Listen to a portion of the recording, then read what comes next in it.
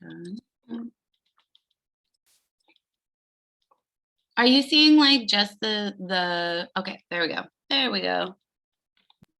All right, so I have to admit, my dad prepared this and then he told me yesterday that he would not be here. And I was like, okay, Dad, thanks. Um, but there is a lot of really good information on here. And but my sharing may not match what's on the slides. So this is our kind of pre-work to like set you guys up to do this particular process called a community readiness assessment. And the model that we use is the tri-ethnic center community readiness model, which part of the reason I do love it is that it was created by Pam Jumper Thurman, and it is like based in it was made by Indigenous people. And so it is like it's very systematic, but there's a lot of room for modifications, like Tara was saying, and like different ways of doing it. And there's just a lot of listening, and it really honors the importance of story and the importance of context, which that's something that can is important to keep in mind when we're doing evaluation, that numbers by themselves don't mean anything. It's like the context, it's the meaning, it's the relationship between over time, or in our understanding that we as humans make meaning of these numbers. And the community readiness assessment is a really helpful way to guide our thinking and our interaction with the community to really get a deep understanding of whatever issue it is, in this case, CSA. So this is a dad thing. He's like, why do we use these uniform approaches? And there's more than one way to do this, but it helps to build capacity, and it's not going to change over time. There'll be modifications and everything, but that allows us to see what are the changes in this issue, not just the changes in the methodology. And if you're kind of like making it up from scratch each time, the results that you're getting could be from like the method that you're using, not necessarily a change in the issue that you're looking at. And it helps to reduce variability, and it can be consistent with best practices. And so that kind of allows us to use it as not only a planning tool, but an evaluation tool.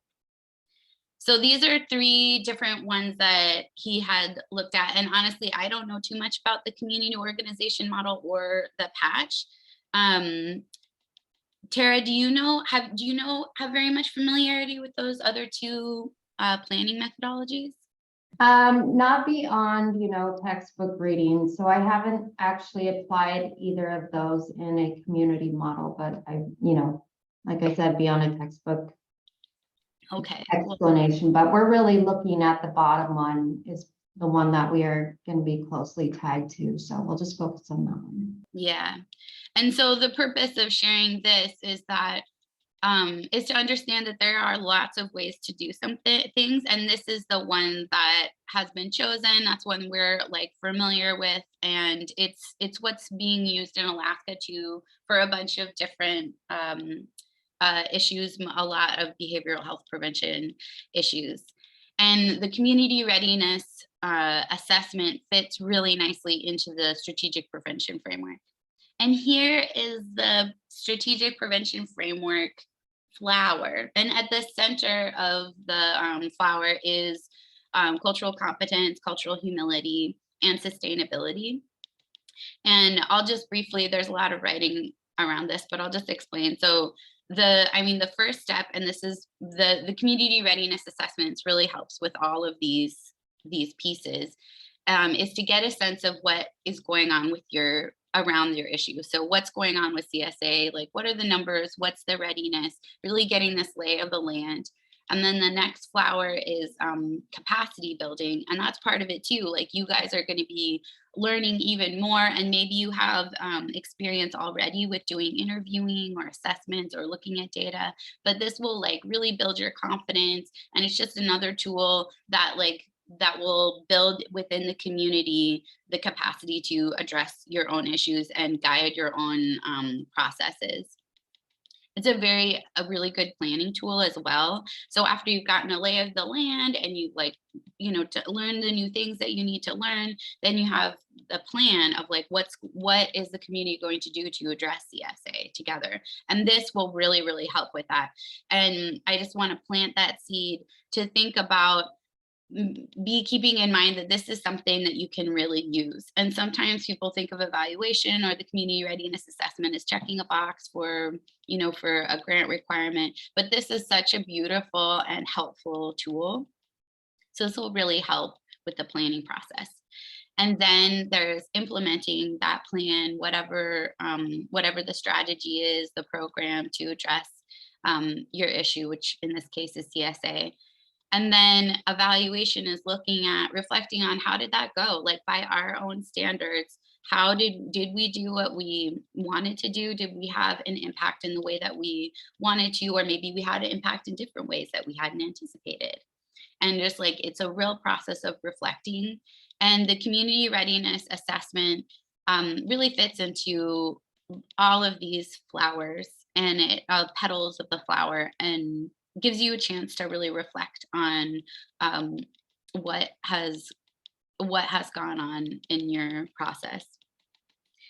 And sometimes with these really big issues, like my dad likes to say, if these things were easy to address, if it was easy to solve, we would have already done it. And it can be very much a heavy lift.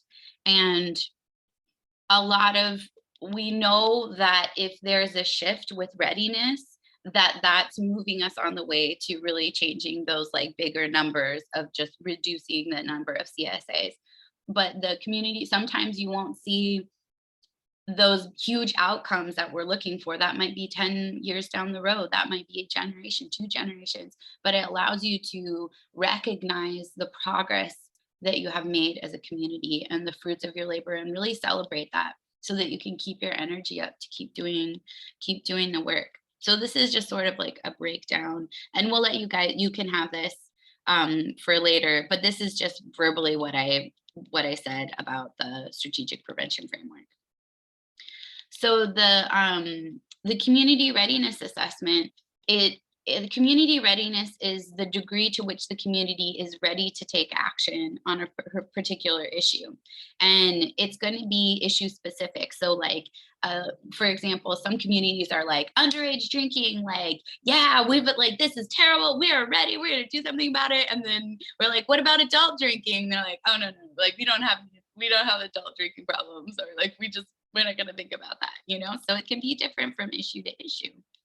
And it's going to be also different over dimensions. Like you, for example, you may have a community in which the leadership is really gung ho. They're very passionate about a particular issue, and everybody's on board, but the community is not so on board. Or it could be opposite, right? You'd have a community where like we want to do something about this, we're ready to address this issue, but they're not getting the buy-in from the leadership.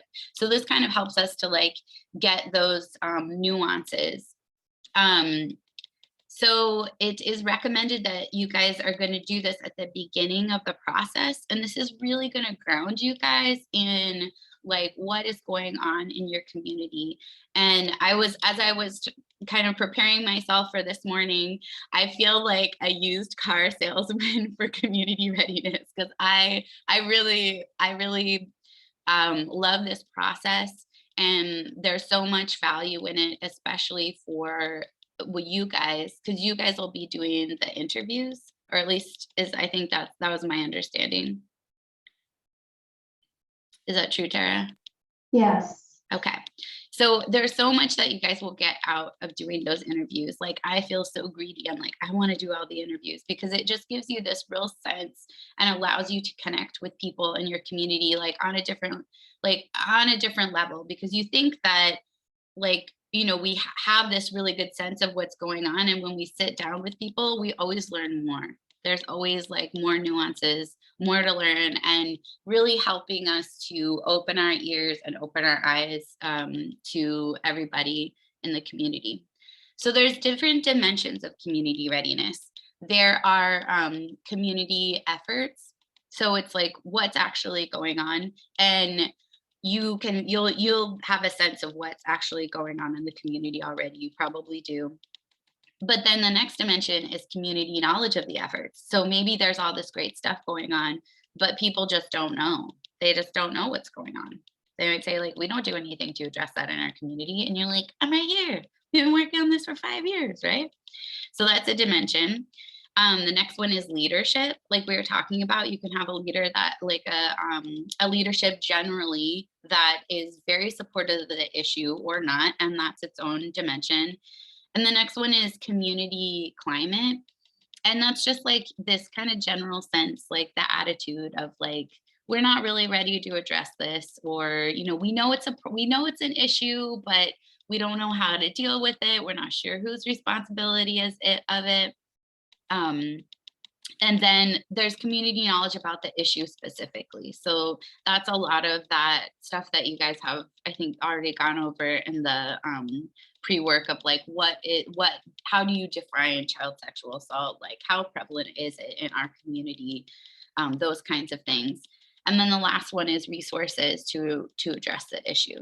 So my dad was saying yesterday, like oftentimes we're not going to get really high. There's these 9 dimensions and or 6 dimensions, and we're not going to get really high. But resources is in some communities, the resources are pretty high. They're up at a 7. They're stable. They're continuing, and it's the other areas that need support.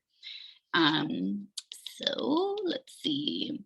So the basic process of doing the community readiness assessment, which you guys will do, is oh, somebody wants to come in. Can I admit them, Sarah? I just admitted her. Okay, all right. So we refine the community readiness assessment, and this is what's called a structured interview. So when you're doing qualitative research, you can do something that's very structured like this, or you can have an open-ended conversation with somebody. It's very exploratory. It's completely led by them. This is pretty structured. We want to really have a conversational feel about what we're doing, but there's some, we want to go through and ask all of those questions because we need to score them based on this anchored scoring process. And that really helps when you're doing the interviews to have to look at this anchored scoring process. And I'll just kind of jump ahead quick. This is our anchor. So as we're going through the first step is you define the issue. So I've used this for underage drinking in general, youth suicide, historical trauma, institutional racism, cultural competency within the behavioral health system in NOME, readiness to incorporate Charlie Chalk into the behavioral health system, all different kinds of things. And you want to get it's defining the community and then defining the issue. And we'll have done this. Like you guys will be prepared. You'll come in with these questions. And in one case, communities, you can add questions that are really important as well. You can't take away because then you are not going to necessarily be able to do the scoring effectively, but you can add, like there's things that are really important. And like Tara was saying, this is one of the places to think about, how do we modify this? How do we indigenize it? How do we make it like fit for the community and be in line with the values of the community? And I like to think of it like a piece of fabric. Are you guys sewers? No? Well, like with a piece of fabric, you can pull it, you can't pull it this way, it's too rigid, but you can really stretch it on the bias. And the community readiness, the Triethnic Center community readiness model has a lot of stretch in the bias, but it's got a nice solid, solid weft or whatever, but there's lots and lots of room for stretch. So keep that in mind, because you guys will probably be helping with that. So then you want to select respondents that you're going to talk to. And they have said now as few as 4 people, you're going to get consistent results. Like this model has been used many, many times. Most communities use 6 to 12. Nome is like, they're like overachievers. They're like, we're doing 12, like we're doing 36 interviews. And there's additional value. It may not change the scores overall, but each interview is additional value for relationship building, for nuances. It's really a way to bring people on board. So you need to like look at people from a wide variety of sectors. And so this is another little seed to plant, just mulling over who in your community has a sense of what's going on. They have their thumb on the pulse of what's going on in the community. And then you want to spread it out. Like you want to talk to elders, you want to talk to providers, educators, young people, to see what's going on. Like, for example, if you only talk to teachers, you wouldn't get a full picture of what's going on in the community. You have to be able to like spread it out. And in the same way, you wouldn't choose somebody who doesn't live in the community to do a readiness assessment. It's somebody who's got all that, like my dad likes to say, wetware. It's like there's all of this stuff that's going on, and that's what we're tapping into. It's this like sense of what's going on in the community. So you want to set up appointments or just like be ready to go, really work with their schedule, and then conduct the interviews, which will be 45 to 60 minutes. I have found with some of these things, especially something like this, it may be a little longer, and you really want to honor people's time. So you want to try to keep it down to that hour, but leave space for, really for honoring whatever it is that they're sharing. And they're not too, it's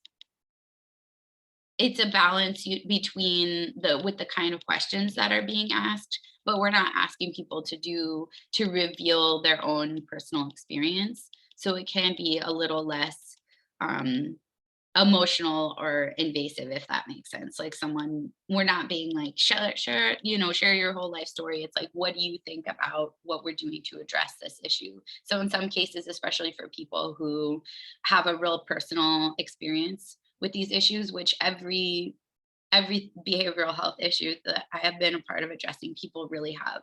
Everybody has a personal relationship to the issue. So this provides a little bit of a buffer, and people are able to share without necessarily getting triggered, but they may. So then you're going to conduct the interview, and we're going to train you. We're going to go over, you're going to have time to practice. Do you guys have experience doing interviews before? Like, what's your level of comfort with doing interviews? Yes? I see it. Okay. Okay, cool. Did you want to say something, Melanie? Not really. I'm a licensed clinical social worker, so I do have experience. Okay, awesome. And I continue to learn from Melanie. Nice. She's amazing. Cool. All right, well, that's great. And Tara has a lot of experience, and we're all going to be able to share. And you'll be ready, you'll be mostly ready by the time you do the interviews, but we'll give you a chance to feel like really comfortable with the process, with the questions.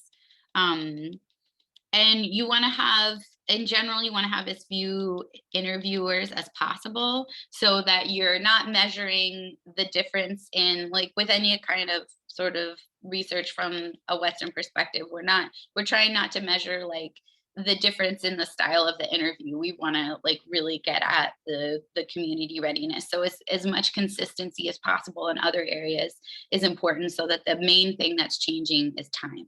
Like, has anything changed over time? Everything else, to the degree that we can, but that's not real life, right? There's always going to be differences and shifts and interviews. So the next thing that happens is, so you're going to transcribe those interviews, and then we'll send them to a transcription service. So they'll type them up for you, and then they go to the scorers. So there are 2 separate people who read over those interviews, and they'll score them based on a weighted scoring sheet. So that's this right here. Terry is very familiar with this. And they'll go through each section of the interview and score it separately. And then we get together and talk about your score. And it's not an averaging, it's really a consensus. So it's like, well, I said, I gave them a 4. And it's like, well, I gave them a 5. Okay, well, why did we do that? What's the difference between a 4 and a 5? So that there's some reliability. And that's part of what makes this method so strong, is that there are all of these different people who are coming together in a really thoughtful way. So it's really the human beings who are making the decisions, but there's multiples. And then you always review these interviews, these scores, and the themes with your community, with the people that you're working with. Did you guys have any questions about so far about the process? I guess, when do you share their score with them? Right then, when you're after the interview, or? Well, no, so you wouldn't necessarily know the scores. And then also, so they're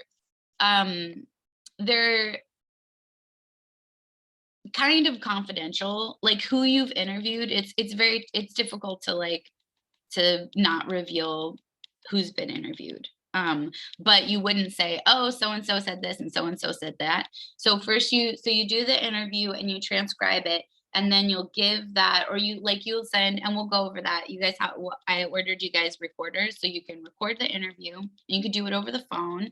And in some cases, different people like to do it differently. You can just type it up as you go along. Some people do it that way. They just type, and they're like, hold on for a second, I'm typing away as you're sharing. And then you send it to the scorers, or you have it transcribed. So then 2 different people, it can't be the same person who did the interview, because you have so much nuance. It's like we're just really pulling it away to what did the person say. And then we go through, so 2 separate people go through the paper copy of the interview, and they look at it by each dimension, and it's a weighted scoring scale. So like for community knowledge of the efforts, for example, like a 1 would be the community has no knowledge about local efforts addressing CSA. And then say it would be like a 7 would be many community members have heard of them, they're familiar with the purpose, who the efforts are for, how they work, and at least a few community members know the effectiveness of the local efforts. So as the scorers, they read over the whole interview, and then they go through kind of section by section. And that's why you want to make sure that you hit all of those questions. Like we can add questions, but we don't want to take away some of those core questions, because they allow that anchoring to happen. So we don't tell the individual person what their scores are. We get, once they've compiled, and then we average them out. Like here's an example of historical trauma in the YK region. So we'll make these scoring sheets, and then you average on each dimension, and then you average it by dimension, and then you do an overall score. But this overall score is less helpful than the individual dimensions, because you could have like a 9 in resources and like a 1 in leadership, and it could average out somewhere in the middle, and you're like, that might not give you a sense of like where you need to focus your efforts. And this is all about meeting people where they're at, meeting the community where they're at. And it's not like a judgment, like, oh, you only had a 1 and you had a 9. It's really like, what sort of support does your community need right now in this particular issue? So these are the levels of awareness. There are of readiness. There's like no awareness. People don't even know it exists. Like, and this could be something like, like HIV. Like people just, what was that? Back in the day, they didn't know about it at all. There can be denial or resistance. So they kind of recognize that it's a concern, but they're just They don't want to address it. They, for whatever reason, there's no money around it. There's no, that's too triggering. People just don't want to talk about it. They don't want to believe that it's a problem. And then there's vague awareness. So that there is some concern, but there's no immediate motivation to act. Like they're not quite ready. Like they know about it, but they're not quite ready to act. And then pre-planning is this like, there's a clear recognition that something needs to be done, and there's, you're starting to do something, but it's not super focused or detailed. And then preparation is sort of the next level, like people are planning in earnest. There's some modest efforts going on. Then initiation is there's enough effort to information to justify the efforts, and the efforts are underway. Maybe they've been going on for like some amount of time. And the stabilization is when like the community members are like super in the seat, they're in the decision making seat, they're in charge. There's a high level of ownership about what's going on in the process. And maybe it's still very much an effort that needs addressing, but they're addressing it. And then confirmation expansion. And I haven't really seen a community that's at this level with any of the issues that I've been a part of. But they feel comfortable like using the services, and data is regularly obtained, and it's like rolling and it's helping people, and everything's steadily in place. And then a 9 is this high level of community ownership, and they're like it's like they're just solid moving on it. So these are some examples, and I've seen a lot of times in my experience that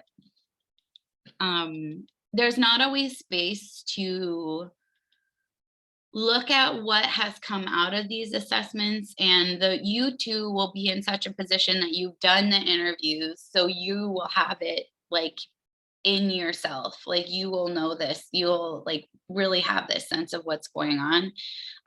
But sometimes that isn't always shared back with other people, or think like, okay, how do we use this now? How do we use this as a planning tool, not just a number? So this is to just plant the seed in your mind of like, well, what does it mean if you have a 1? What in this particular dimension. So these are some examples of things that can be done when you have this level of readiness. Like you wouldn't like a intervention or an action that's appropriate for a level 7 or 4 is not going to be appropriate if you're at a denial or a resistance, right? You need to have a different kind of approach. So for level 1, you're going to do things like have conversations with people, make one-on-one contact, go to an elder's house and talk to them, go and talk to some of the, TC members or people that or you want to go to small groups and bring up your issue. And like yesterday, Tara was talking about like, you could do that at a meeting circle or something. You could like bring this issue up and just like start talking about it. And just kind of start calling attention to it, to say like, this is something that exists and we should address it, because if people are not ready to do that yet. And then the next one, level 2, is denial or resistance. So this is like basically you always kind of continue with everything below, but you might discuss like data on the issue, or you could like talk about like media articles, or you could share more stories, or you could just get more information out to the community. Let's see. Sorry, all of this stuff's over my slides. Okay, so the next one is vague awareness, so that you could so for this one, it might be appropriate to like get on the agenda of another meeting and share what's going on. and you could start to have events. Like if you say you planned an event where you're and the community is at a level 1, maybe they're just not going to come to your event. You need to talk to them first. But once they have this vague awareness and you plan an event, they might be like, I want to learn more about this. So they'll be interested to come to your event. Does that make sense?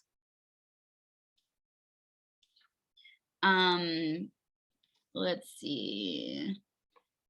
So these are actions that are related to pre-planning.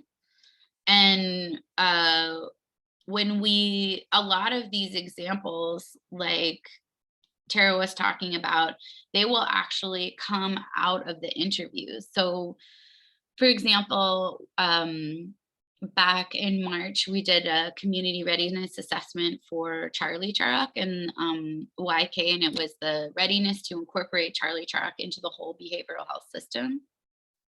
And when we shared the information back, and we were working with part of their staff and their team that were doing the interviews, and some of them were doing the scoring, we went through all these interviews, and people said, it would really help if you did this thing. Like we need to have meetings that include the providers and the Charlie Charuck staff, so they really have a sense of what's going on and everybody's updated. Like we're not all updated together.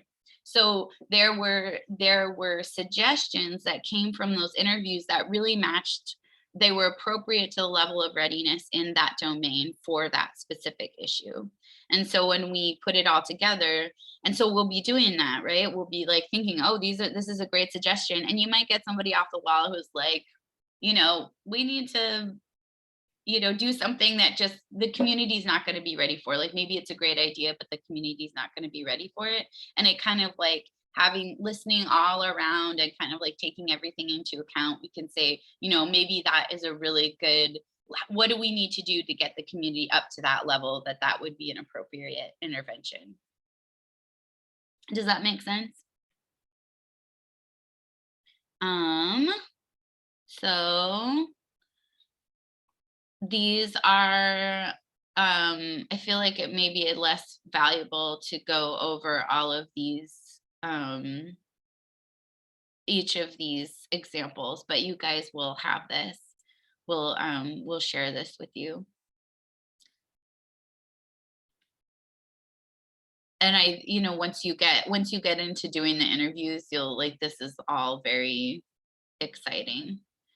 So like Charlie Charuck is at the level where conducting training for professionals is like appropriate to their level. So they're training all the providers in Charlie Charuck, which is this UPIC based ways of being and knowing. It's very like culturally grounded, like sort of everything, but definitely is helpful for providers, both medical providers and behavioral health providers. So that's something that they're doing now at like it's available to everybody and in YK. And so they're starting to come because they know about what Charlie Charuck is, and they understand that there's a value to it, and they're able to come, and there's the support from leadership to advocate for them to come. So that'd be kind of an example of an appropriate intervention. Confirmation and expansion, they like maintain a database, they initiate policy changes.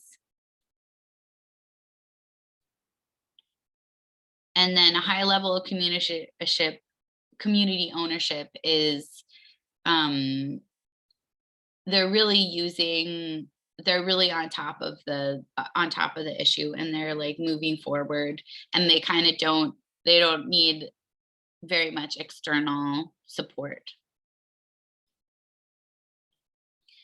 So like we talked about before, this is a really nice way to use as a planning tool, and also it's an evaluation measure, so we can look and see like what are these changes over time, and how are things moving forward on this issue that is so important to the community. I think that's almost. I think I will not share about these things because this is sort of, my dad had a lot to share about this. And then these are my closing tips. So it's very fun and there's a lot of value to it. I know that you will enjoy it. It's like, it really helps you to connect to community members and to leaders. And especially if there is somebody who you really feel like is important to be included and you maybe haven't been able to really engage them in the process of addressing this issue. Doing an interview with somebody and really like listening deeply to what they say, it goes a long way. And in Nome, in addressing like institutional racism, they interviewed the police, and that really helped to like get them more engaged. And they're like, yeah, I want to be a part of this. I'm not on the outside, I'm on the inside. And most people are, they're gonna want to be interviewed for the most part. And it's a really great tool to measure progress and to keep up that, maintain your confidence and enthusiasm, not just for you, but for the whole community, that you can know that you're making progress in this issue. And that's the presentation. Do you guys have any questions? Or if anybody wants to share stories or experiences?